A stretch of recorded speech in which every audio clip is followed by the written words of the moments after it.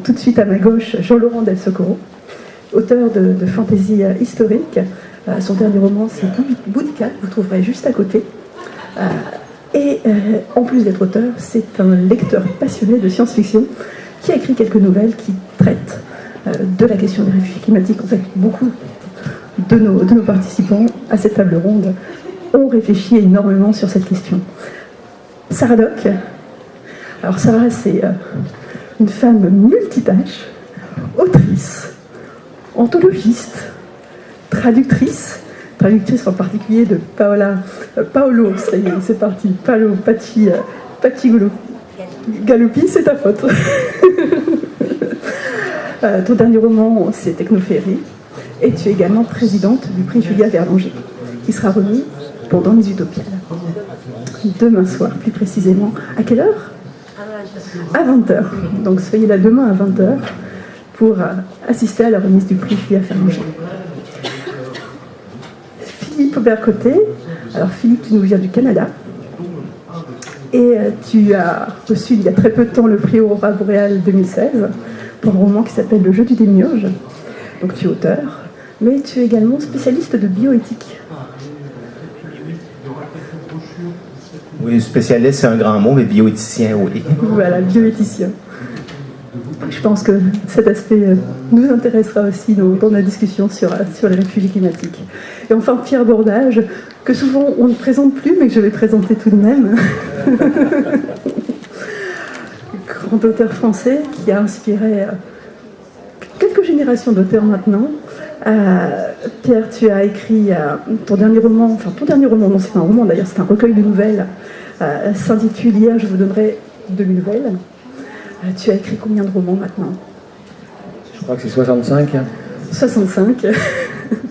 On ne compte plus tes prix ? Non. Enfin, j'y compte pas en tout cas, ouais. Et on va lancer tout de suite le sujet. Sur les réfugiés climatiques, tu me disais juste un petit peu avant que toi, ce qui t'intéressait dans cette question, qui est une question brûlante aujourd'hui, hein, on vient d'avoir quelques ouragans majeurs, on vient d'avoir des déplacements de population, donc ça y est, on est dans le monde réel et dans notre monde d'aujourd'hui, le problème arrive.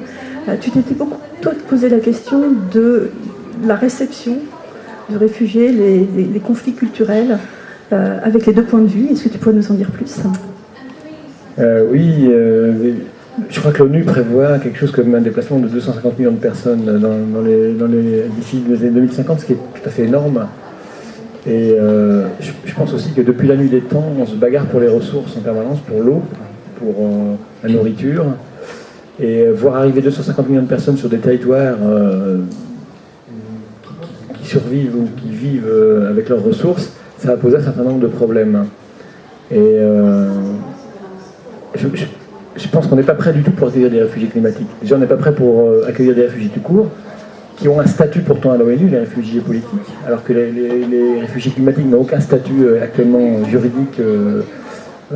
Donc, ça va poser d'énormes problèmes. Et puis, moi, j'ai réfléchi à ce problème. On m'avait demandé des nouvelles sur la guerre climatique, donc je me suis intéressé au sujet. Et j'ai un peu renversé le point de vue. J'en ai profité pour renverser le point de vue un peu historique, parce que je fais par exemple j'ai écrit une nouvelle qui s'appelle Une plage en Normandie. En 1945, les Américains en 1944 ont débarqué en Normandie. Là, ils débarquent en Normandie, mais en tant que réfugiés climatiques, parce que leur pays subit divers problèmes, dont par exemple l'explosion du Yellowstone, qui est tout à fait possible, ou des zones submergées aussi, qui sont tout à fait possibles. Et donc, ils cherchent à prendre racine, ou à débarquer sur un pays qui s'appelle l'Europe, sur une région qui s'appelle l'Europe, qui est la plus épargnée par les changements climatiques. Et comment on va accueillir ces nouveaux réfugiés ? On va les accueillir simplement avec des barricades et des fusils, quoi. Ce qui est un renversement de l'histoire, parce que quand on les a accueillis en 1944, c'était pour une libération, et là, j'ai l'impression que nous ne sommes pas prêts du tout. Quand je vois un peu les réactions politiques dans le monde, quand je vois les déclarations de Trump du style l'Amérique d'abord, les murs, on crée des nouveaux murs partout, nous ne sommes pas du tout prêts à accueillir des réfugiés climatiques. C'est un sujet qui est complètement mis sous le tapis pour l'instant, et qui va nous, à mon avis, exploser à la figure à un moment ou à l'autre. Et évidemment, comme d'habitude, prend pas les devants pour régler ce problème. On attendra que ce soit la crise pour pouvoir régler cette chose qui se fera, à mon avis, à coup de violence assez terrible, je pense. On parle déjà de 28 millions de réfugiés climatiques en 2017. Et moi, je viens de Belgique, où nous avons un ministre des Affaires étrangères particulièrement gratiné, Theo Franken, qui est un politicien d'extrême droite flamand, qui, contre l'avis de l'Europe, contre l'avis des tribunaux belges, continue à expulser des gens vers des zones de guerre. Je voudrais, continuer à compléter cette ligne-là en fait, de questions et d'interrogations. Ce que dit Pierre est très juste sur le statut du réfugié climatique.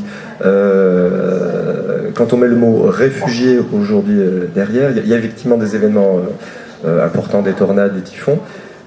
Encore aujourd'hui, c'est au sein d'un même pays qu'il y a les déplacements de population. Pas toujours, hein, mais souvent il y a encore le cas. Derrière le terme de réfugié climatique, il y a la nouvelle question de se dire il y a des gens, de la même façon qu'ils quittent une zone de guerre, ils vont quitter parce que leur territoire n'est plus habitable, ponctuellement ou définitivement. Et le statut n'est pas encore très bien défini, donc ça c'est un vrai premier problème. Moi je rajoute une question. Aujourd'hui, effectivement, ce qu'on voit avec les réfugiés de guerre qui ont un statut, on peut dire que ça fait appel le moins qu'on puisse dire à la sensibilité humaine de dire qu'il y a des gens qui fuient parce que leur vie est en danger, et c'est très compliqué aujourd'hui qu'on le voit notamment en Europe. Est-ce que des gens qui viennent et qui, pour des raisons climatiques, c'est-à-dire que leur lieu, leur pays d'habitat n'est plus habitable, auront-ils encore moins de compassion quand ils viendront demander l'asile dans des pays? Moi je rejoins Pierre, je pense qu'on se cache, on se voile complètement la vue sur cette question. Quand elle va arriver, ça va être extrêmement compliqué pour ces gens-là. Mais ça va déjà être compliqué à l'intérieur des territoires européens. Je reviens sur la Belgique.